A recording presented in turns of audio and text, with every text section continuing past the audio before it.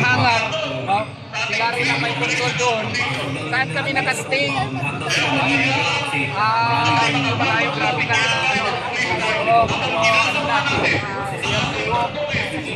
Hectares na facility. So, I also have another meeting pa. No? I have to attend to that. So, may pina-announce sila na parang anong tawag nito na pinabawalan natin kayo dito. Mga kababayan, may panawagan ho yung nando doon. Hindi naman po hinahadlangan yung pagtatrabaho ng kapulisan sa pagpapaimplementa ng arrest warrant. Ang pinag-uusapan dito, yun hong challenge ho ni General Torre, patunayan daw ni Attorney Torion yung pagdidrilling. Para malaman natin ngayon kung totoo nga na yung may pagdidrilling o pagkatunnel, papasukin dito sa JMC at saka po dito sa loob ng katedral. Pero ang nakita po natin, kasama po ang mga mainstream media, ay binarikadahan po. Ang ginagamit po nilang termino ngayon, police operation. Diba ma'am? Ayan, kamukha ni ma'am dati, kinukuhaan tayo ng video. Ganda ni ma'am, o diba? O, tama, ang tanong, tama pa ba yon? Kung wala o tinatago sila sa ilalim dyan at saka doon, okay? Hayaan yung mga mainstream media, GMA, ABS-CBN, Channel 2, lahat nandito na. O, okay diba? Transparent lang. O sige, laban tayo debate. Sino gusto makapag-debate dito? Diba? Tama ko ma'am? Hindi namin hinahadlangan yung operation nyo, di ba ma'am? Ang gusto lang namin, transparency, di ba? Oh. Transparent lang ho.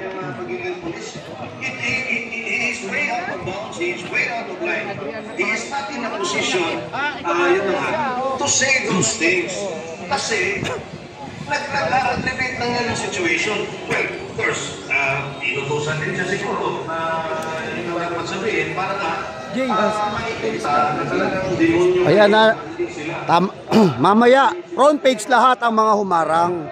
Actually hindi naman lulusob nakikiusap na pumasok ma'am ha, maliwanag baka baligtarin nyo kwento.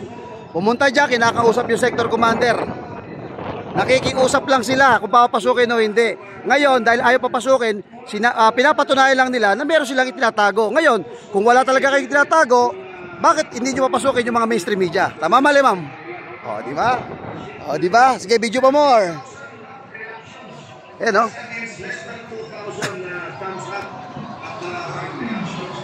So, kung titignan mo, wala na yung mainstream media, no? Bukid. Kami yellow light, wala namang yellow light yan, no? Oo. Hindi, tanggal ko yung basura kanina dyan. Naka-yellow ka lang, nakalagay na yellow light. Oo. Ba, teka. Hindi, pasok. Ang sabi na nagsasalita ron, yung mga nasa yellow line. Sir, palagay nyo ng yellow line yan. Diba? Palagay nyo rito ng yellow line para sigurado kayo. Tama, mali? Baka nagkamali lang yung sinabi niya. Pwede kami pumasok kasi walang yellow line. Hindi facility yan. Diba? Okay, thank you. At sinabi ko naman yan, yung opening statement to the post niya, this is likely an unpopular opinion. At medyo nakasa yung post na yun, yung naman doon, yung basically, he is condemned. Nakita nyo, sir? Maliwanag na kung sino-sino ngaling, ha? What is happening at the UDC? He is in fact advocating for the rule of law and the basic protection of human rights. So, to that, kahit I don't see eye to eye with Inlingao in his politics, I really commend Inlingao because he's the very first person, no, na influential person in mainstream media na nagsalita ng ganun. And I hope people from other mainstream media will follow his lead. Yes, and Sir Ibi, no, susugat ko yan, no? Kasi nga po, this is no longer about Pastor and KOJC. This is about the government na grabe ang kanilang pang-aabuso sa kanilang kapangyarihan. And going back, sir, no, sa umpisahan nating ito. Liliwanagin ho natin sa mga nandito, sa mga kapulisan. Hindi po natin tinututulan ang kanilang pagsisilbi ng arrest warrant. Kaya pinapasok po yung mga mainstream media ito. Medyo sablay ho yung announcement. Hindi po natin tinututulan ang kanilang pagsisilbi ng arrest warrant. Pinakita lang po natin kung wala silang tinatago sa mga cathedral, JMC building, maging transparent po ang kapulisan. Diba? Di ba? Meron siyang ano eh, Ngayon, meron siyang mga in-indoctrinate napakita po mga natin person doon, na bakit ka most likely manghaharang na- kung wala kang ginagawang kalokohan? Di ba na? Ito yung mga biktima, dito Di ba? binahasa, etc. Di ba? Ang madali lang sabihin yun eh. Tapos general ka pa, di ba? Oo. So, Torre is really the mouthpiece, no? Kung sino man talagang pinakang ulo nito, which is Bamay, no? Himayin natin to, sir. Okay mga kabayan, recap tayo ha. Hindi, Sinasabi wala pong ng persahan PBB, doon. Nakiusap this po is si not Atty. Torion about us. na papasukin kasama po ang iba't ibang mainstream media. Hinarangan po nila. Anong ibig sabihin nun?